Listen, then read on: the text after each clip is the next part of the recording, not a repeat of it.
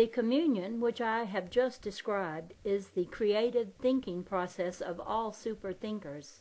It has nothing whatsoever of the sense reflexes of the complexly organized body which we so often mistake for thinking.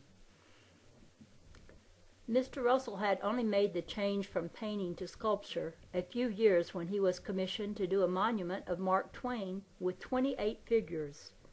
To paint one figure two-dimensionally is difficult, but to do two isn't just twice as hard, it is 4 times as hard. It increases as of the square. In sculpture, which is three-dimensional, the difficulty increases as of the cube, and it is 8 times as difficult. He had never done a monument, and to undertake this was a bit of insolence so far as the sculptural world was concerned. Other great sculptors said, "Fools rush in where angels fear to tread." No one has ever done a successful group of 28 figures. It was another proof of Mr. Russell's conviction that one could create any product he desired to create if he started doing it with knowledge of the underlying principles of balance, which is fundamental in all things, and with the feeling of certainty that he can do it, for he is not alone in that task. The whole universe is working with him to help him continue the orderly growth of the whole, of which his little part of the structure is as necessary as any big part. He never asked God to give him the power to do anything, for he already knew that he had that power. What he asked for in his wordless inspirational communion was to keep forever aware of that universal omnipotence within him. If ever he felt the slightest indication of fears arising at crucial moments, he knew that his awareness was lessening. Then he would say in words, "O God, stand by, I need thee." For he well knew that fears arise from lack of awareness of universal omnipotence in men, and failures arise from these fears. The Mark Twain bust so pleased Rudyard Kipling, John Mansfield, George Bernard Shaw, and other English authors that they caused the British government to invite a copy to be placed in Victoria Embankment Gardens. When the war broke out, Mr. Russell was commissioned to make the bust of Colin Kelly, the first war hero, for the Colin Kelly Memorial at Madison, Florida, dedicated by the governor of the state.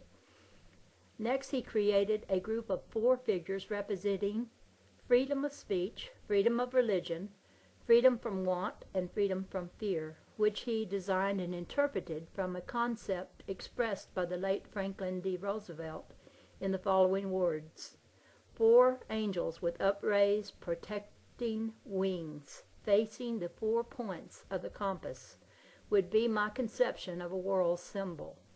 This was dedicated at the Women's International Exposition of Arts and Industries in Madison Square Garden, New York, on November the 22nd, 1943. Mr. Russell is a great believer in versatility in all creative work. In any physical work, he believes one can work many hours at a time, but in mental, creative work, he believes one can do his best only for 2 hours at a time on any one subject. But he can work another 2 hours on another subject with equal freshness. He therefore sometimes works 2 hours a day on each of 5 different creations, and in that way I can live 5 lives at a time, he says. He also believes that every man should be master of everything he does, do it in a masterly manner, and love it, no matter what it is, whether hard physical work, menial or boring work, or inspirational work. This is fundamental with him. He believes it to be the reason for his perfect health and great physical strength throughout his entire life, with an overwhelming desire for intensive expression and a love of all tasks of every nature and a deep love of life and of all people and things in life. He believes that every person can remain vital and effervescent throughout one's entire life. He most certainly demonstrates that principle in his own life, for he is one of the most effervescent men I've ever met. His voice has the vibrant ring of a man of 40. He has made his living credible. He has made his living credible in all of the 5 arts: music, architecture, painting, and sculpture, and conspicuously in 2 of them. He has also made great discoveries in science and has gained an international reputation as a philosopher and lecturer upon ethical human relations. Next chapter, we meet the man of action. For many years he lectured upon the philosophy of life, self-multiplication of the individual, and ethical principles in business to the officers and salesmen of International Business Machines Corporation, in the effort to build a finer race of manhood through greater comprehension of the light of omnipotence which is in all men, awaiting their awareness of it. During these years he shook the very foundations of the crevat emptor principle, which was in common usage when he began to infiltrate the Sermon of the Mount principles into big business. In his first lecture to this great organization, he told its directors that he was utterly shocked at the 2 slogans which were then the very fundamentals of business. These were, "Let the purchaser beware," and "The sale is the only thing that counts." In those early days there was a general opinion that a businessman could not be honest and make money or be successful. "Business is business" was a slogan, with the connotation that no matter how sharp your practice, it was all right if you did it legally. "That is the jungle philosophy of every man for himself," commented Mr. Russell. "It can no longer be practiced in the business world, for it works against natural law. The future of great business lies in man's comprehension of the principle of balance in natural law, and his determination to work with it instead of against it. The underlying principle of balance in nature's one law is equality of interchange between the pairs of opposites in any transaction in nature. That principle must eventually be observed by big business, and the go-getter salesman who selfishly thinks that the sale he makes is the only thing that counts is not giving equally for what he takes. Therefore, I say that equal interchange of goods and services between buyer and seller is the keynote of tomorrow's business world, when the vision of the modern businessman awakens him to the wisdom of writing that policy into his code of ethics.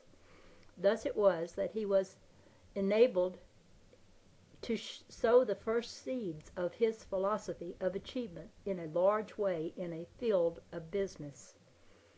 Even in his pleasures and in the distasteful task alike, he carried out that principle of demanding masterliness of himself in all things. In skating, for example, he brought the best instructors of the world here under his own personal subsidy to improve his already skilled art of figure skating and to encourage the art in this country. For this purpose he organized the New York Skating Club, became its first president, gave the first 4 carnivals, which are now one of the great annual Madison Square Garden features that brought the fine art of figure skating to a high point. During this period he passed the high test which automatically would give him the National Amateur Championship, but did not even claim it. He has skated with the greatest of professionals from the days of the spectacular Charlotte up to the present day. At the request of the Hyperdrome management, he skated a single and double program one night with Charlotte, just for fun, as he said. At 49 years of age, he skated a program for the Path News of Lake Placid with the then national woman champion, Beatrice Loughlin. For several years, he was one of the judges in the Lake Placid figure skating contest. He represented the United States as judge at the international contest for the Duke of Cogonut Trophy at Ottawa, and at the night carnival led the Grand March